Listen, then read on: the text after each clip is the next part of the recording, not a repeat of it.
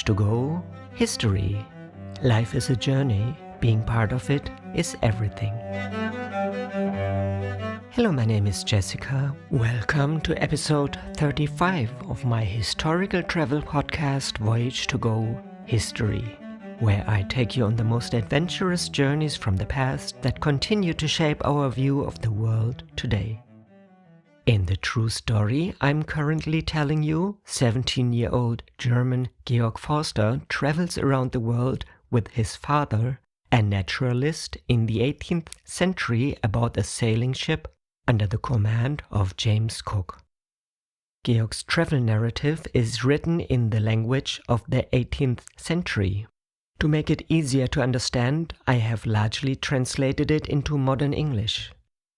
Forster's knowledge reflects the second half of the 18th century, so in the Voyage to Go history podcast, I will occasionally provide additional information and context.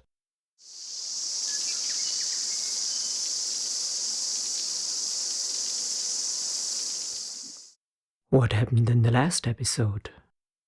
In the last episode, the HMS Resolution battled fierce storms off the coast of New Zealand before reaching the calmer waters of Queen Charlotte Sound. There, the crew resumed scientific studies, hunted birds, repaired supplies, and rekindled old contacts with local Maori chiefs like Teratu and Toahunga. Exchanges of gifts and food helped restore peaceful relations after earlier thefts and misunderstandings. As time passed, the crew gained deeper insight into Maori language and daily life. Georg noted how some customs reflected hardship, resilience, and communal resourcefulness, like the harvesting of the mamagu fern root. Yet, toward the end of the episode, the narrative took a dark turn. Georg's father witnessed a disturbing scene. A young boy violently assaulted his mother, and when she tried to discipline him, the father attacked her even more brutally. This wasn't an isolated incident. The sailors at the water station confirmed that such violence was common, children striking their mothers under the watchful eyes of their fathers, who ensured the women didn't retaliate. While many indigenous societies treated women as laborers, Georg found the system of cruelty in New Zealand particularly harrowing. Boys were being raised to hate and dominate their mothers, an upbringing that, in his eyes, violated the most basic standards of human dignity.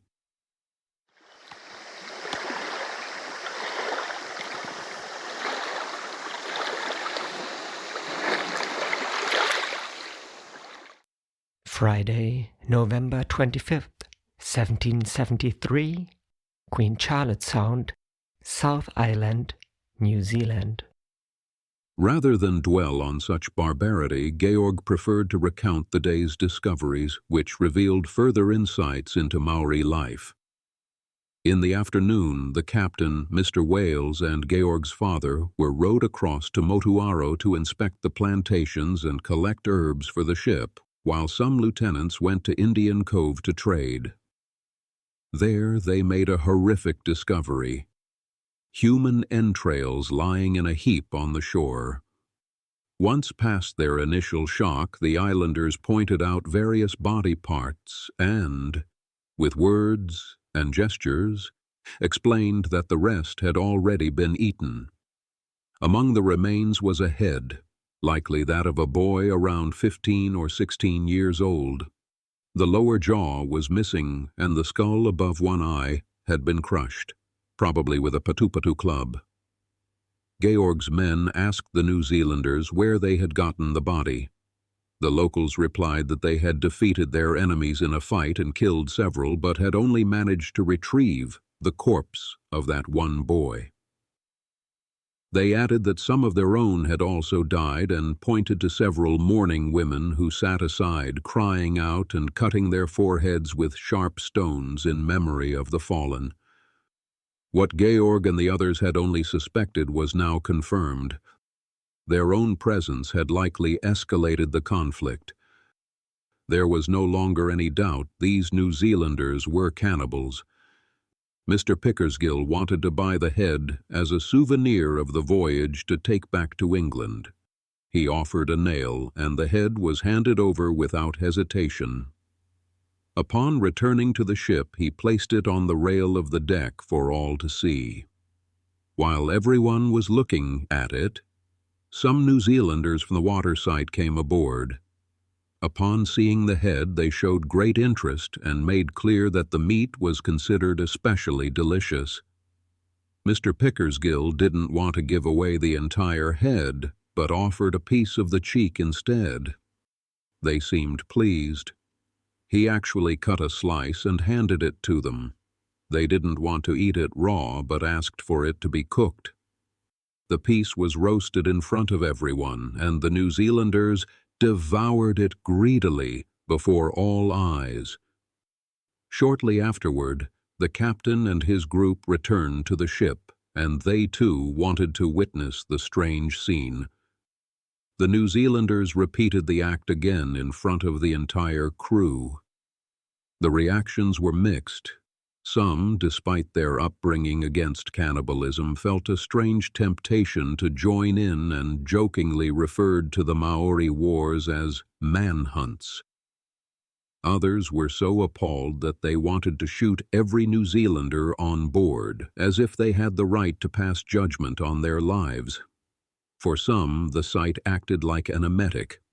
Others called this barbarity a disgrace to humanity and lamented that the noblest of all creatures could so resemble a beast. Only Maheine, the young man from the Society Islands, showed more genuine sensitivity during this incident than anyone else.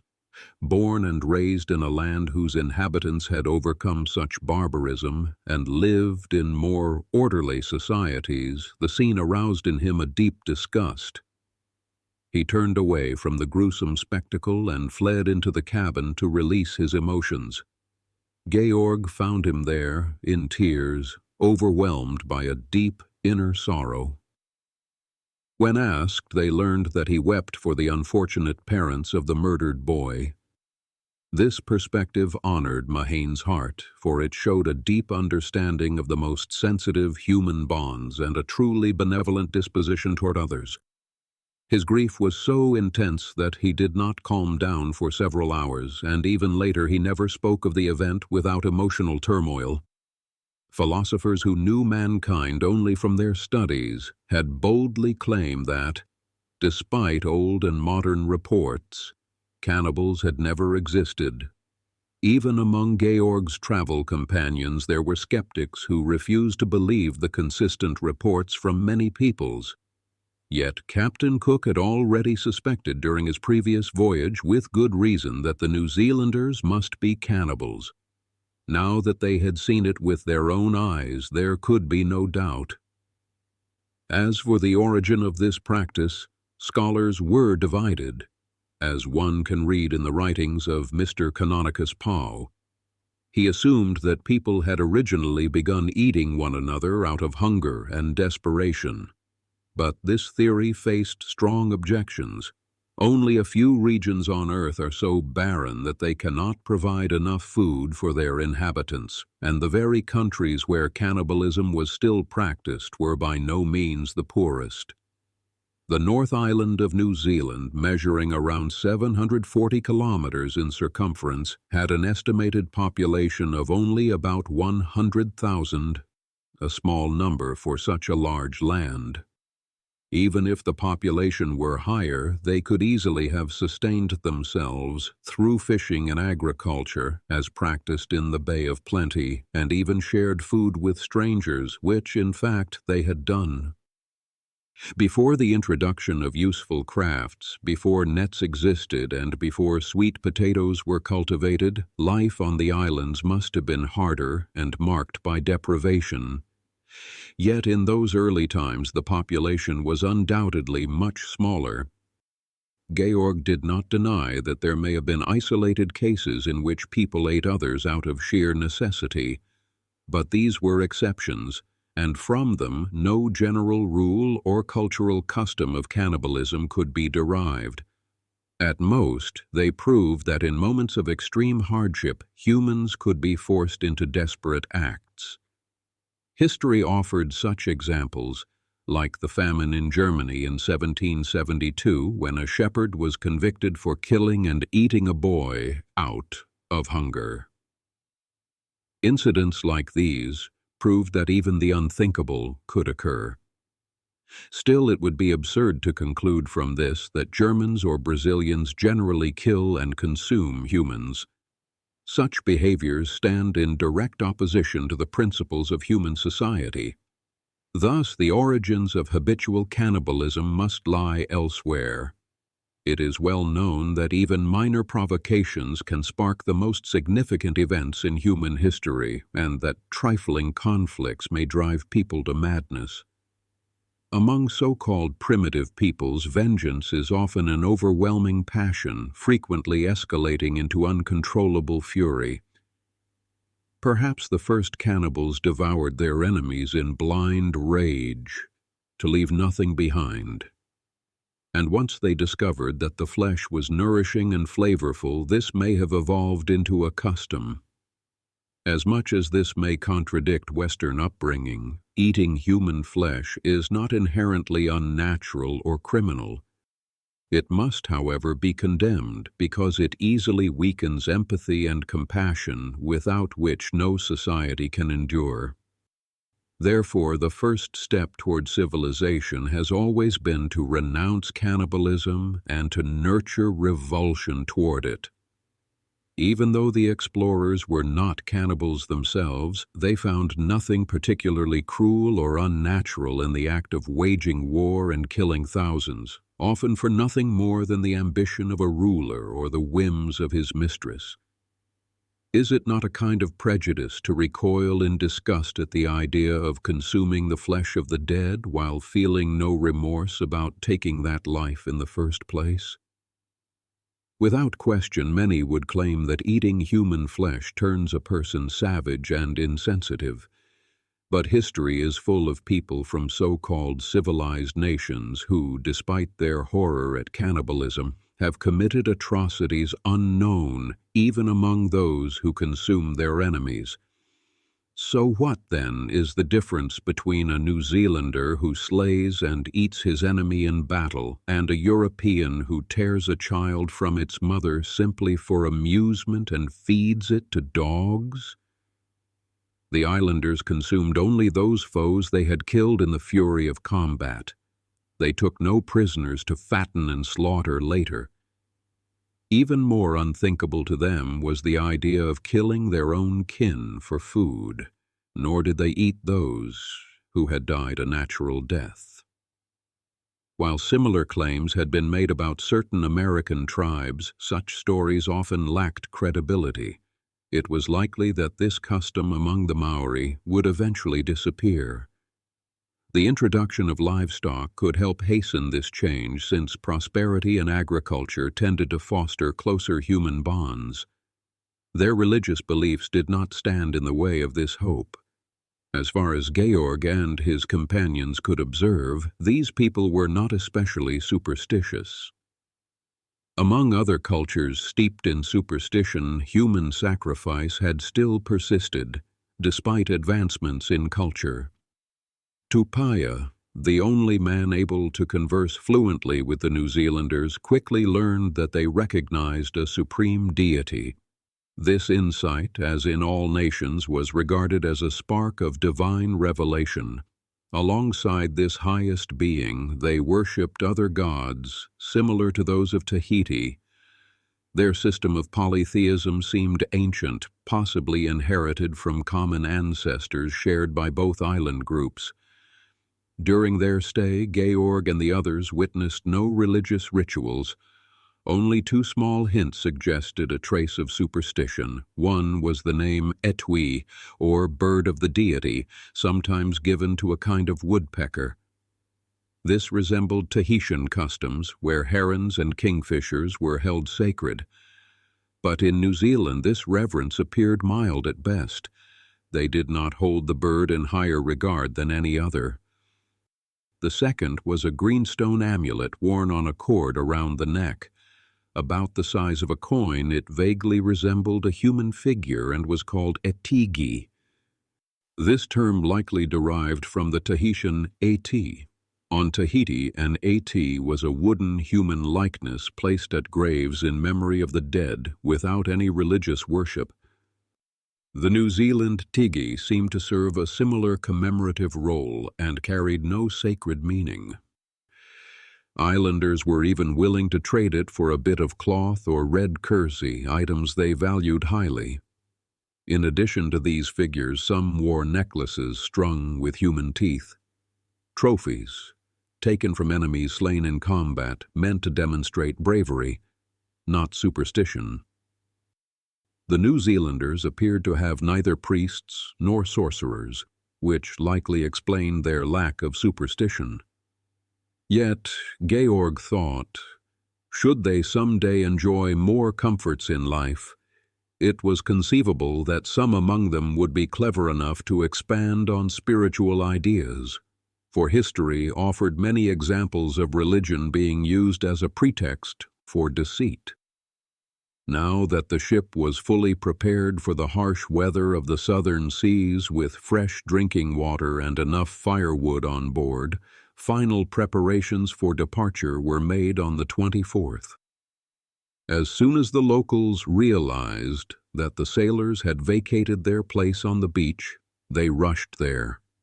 They eagerly devoured discarded ship's biscuits that even the pigs had refused. Georg wondered why these people did this. Hunger seemed unlikely, since they had so many fresh fish that they could easily feed both themselves and the crew each day. More likely, it was the novelty of the taste or the desire for something different that made them relish the spoiled food. While some scavenged for nails and scraps of cloth, others came from distant parts of the bay bringing weapons and tools to trade. In the afternoon, a boat was sent to bury a bottle containing a message for Captain Furneaux under a tree in case he arrived after their departure. This method was common among seafarers to leave messages for those who might follow on uninhabited or newly explored shores. Georg joined another boat along with several officers and went to Indian Cove. There, the human entrails still lay on the ground. The canoe the islanders had used for their war mission was still present too.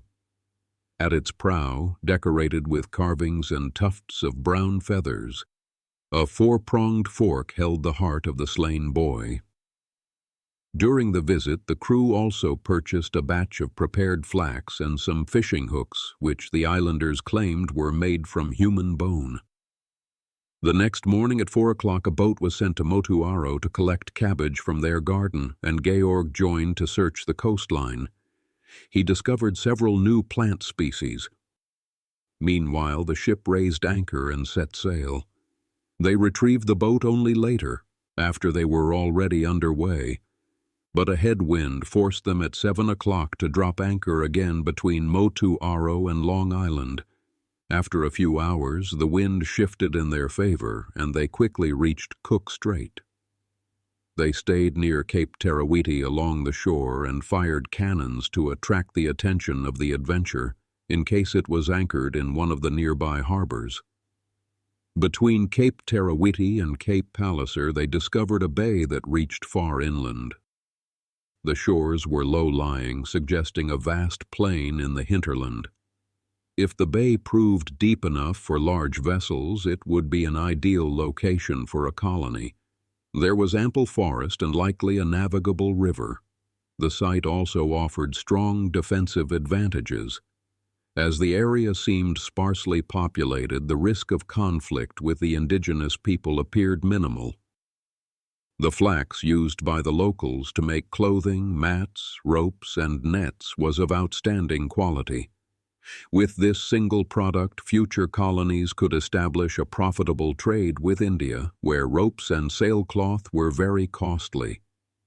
Perhaps, Georg thought, if the Europeans lost their American colonies, they might establish new settlements in remote lands. He hoped they would treat the native people as brothers and prove that colonies could be founded without bloodshed. Beyond this bay, they continued firing cannons, but all efforts to locate their companions failed. They listened intently for a reply, but silence prevailed. The next morning, they left Cook Strait, rounded Cape Palliser, and sailed north along the coast, still hoping to find the adventure. When even this hope faded, they finally gave up on a reunion. They bid farewell to New Zealand and that evening set their course to the south-southeast. On their first voyage south from the Cape of Good Hope, some of the men had shown signs of scurvy.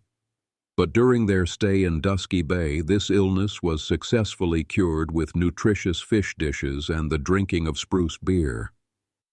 However, on the harsh winter voyage from New Zealand to Tahiti, dangerous symptoms reappeared in some of them. The large supply of fresh plants received on the island, along with the excellent pork from the Society and Friendly Islands, quickly restored the sick to health. During their second stay in Queen Charlotte Sound, it was undoubtedly thanks to the frequent consumption of celery and scurvy grass that they were spared the harmful effects of salted provisions.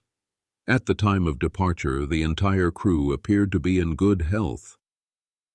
Nevertheless, they now had more reason than ever to fear scurvy. The hardships of life at sea had weakened their constitutions and drained their strength, making them more vulnerable to the challenges ahead. The officers and passengers looked ahead to the difficulties of the voyage toward the South Pole with concern. Their supply of live animals was insignificant compared to what they had taken on at the Cape of Good Hope. Therefore, there was no longer a notable difference between their diet and that of the common sailors. The officers and passengers who were used to richer food now suffered just as much, if not more, than the sailors who had known nothing but ship's fare since their youth. Moreover, their hope of discovering new lands had faded. Topics for cheerful conversation were exhausted, and the journey south promised nothing new, only dangers and dread. These weighed all the heavier, since they now sailed alone. Between the tropics, they had at least enjoyed a few happy days. Their table had been well supplied with the produce of the islands, and the variety of impressions among different peoples had provided pleasant entertainment. But now they faced a long period of fog, cold weather, fasting, and monotony. Georg recalled the words of Abbe Chape, who in his travel account wrote that only variety made travel enjoyable. He claimed that life at sea was boring only for those who were not used to observing nature. Georg could not imagine the Abbe maintaining that philosophy if he had been sailing in the Antarctic Circle without a supply of plump chickens like those that had sustained him on his voyage from Cadiz to Vera Cruz. As they left New Zealand, they were far removed from the Abbe's lofty philosophy. What softened their grim prospects was the hope that the voyage around the South Pole would last no longer than the coming summer and that they might return to England within 8 months. This hope kept up the crew's spirits for much of the journey. In the end, however, it proved to be a sweet illusion. Yet they found comfort in the thought that instead they might once again spend several months on the blissful islands of the tropics.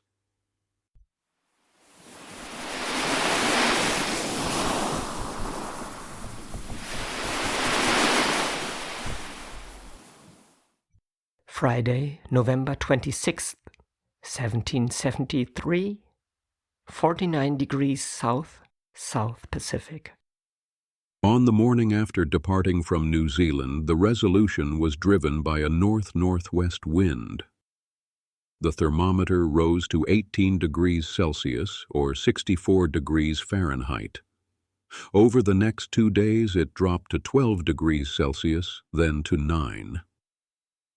When they reached the 49th degree of southern latitude, it had fallen to just 7 degrees Celsius, about 45 degrees Fahrenheit.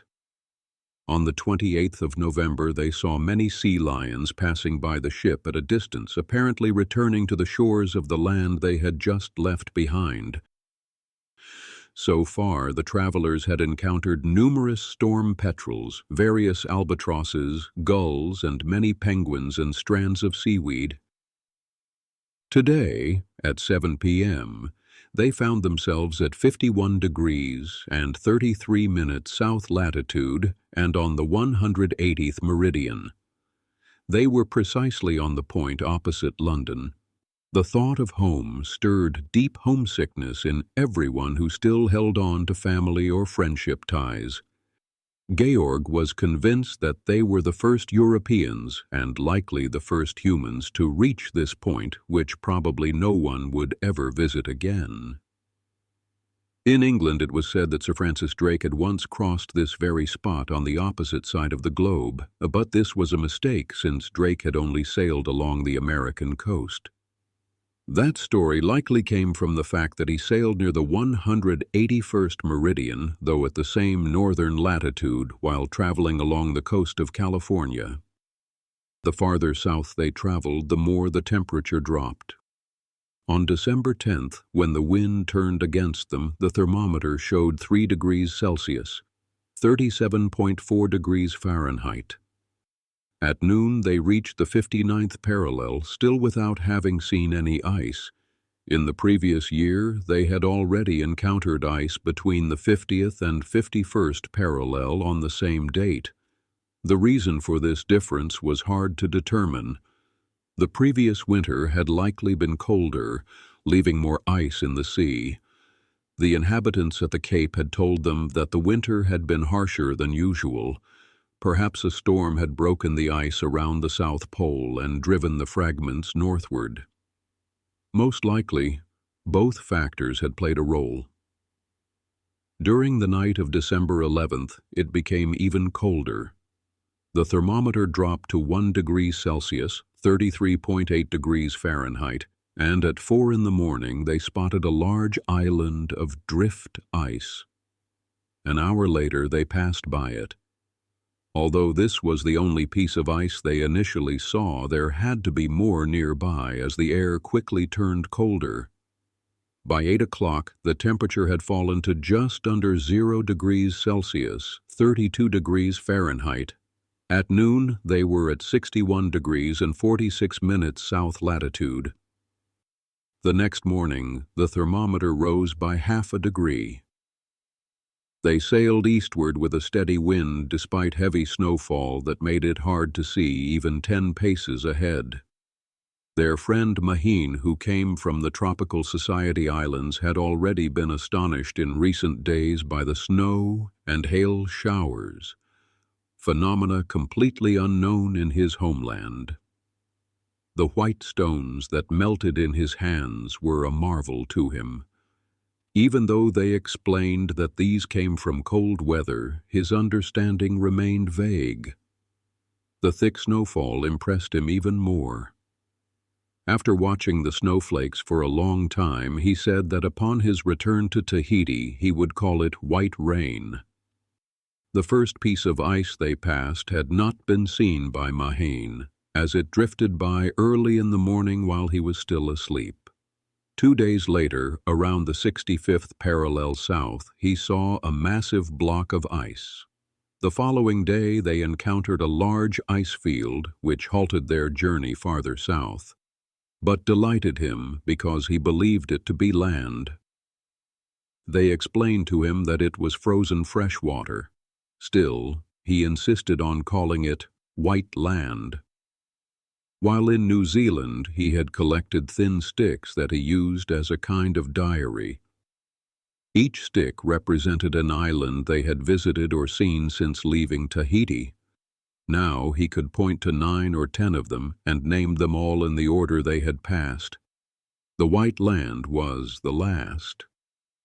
He often asked how many more lands they would see on the way to England and had made a second bundle for that purpose, which he studied just as carefully as the first. The stick bundle created by the young Tahitian reflects a deeper tradition of navigation and memory, among Polynesian cultures. Long before European explorers arrived, Polynesians had developed sophisticated methods to travel vast distances across the Pacific Ocean. They used their knowledge of stars, waves, winds, and bird behavior to find their way from island to island, without maps, compasses, or written records.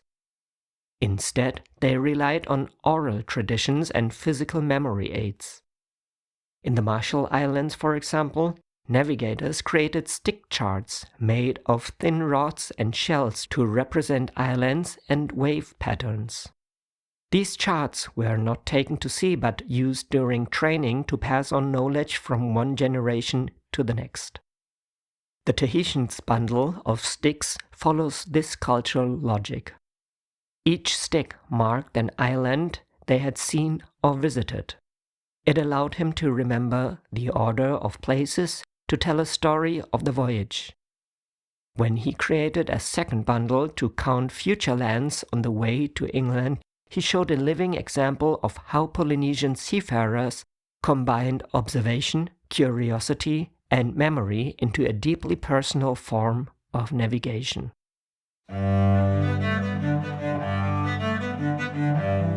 That brings us to the end of episode 35 of Georg Forster's journey around the world about the HMS Resolution under the command of Captain James Cook.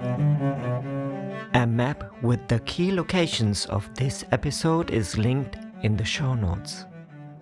If you'd like to see how these places look today, visit my YouTube channel Voyage to Go, where I trace Forster's path and explore the echoes of history in the present day.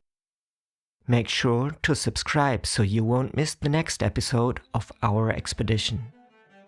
If you enjoy the podcast and want to support my work, you'll find a PayPal link for a donation in the show notes.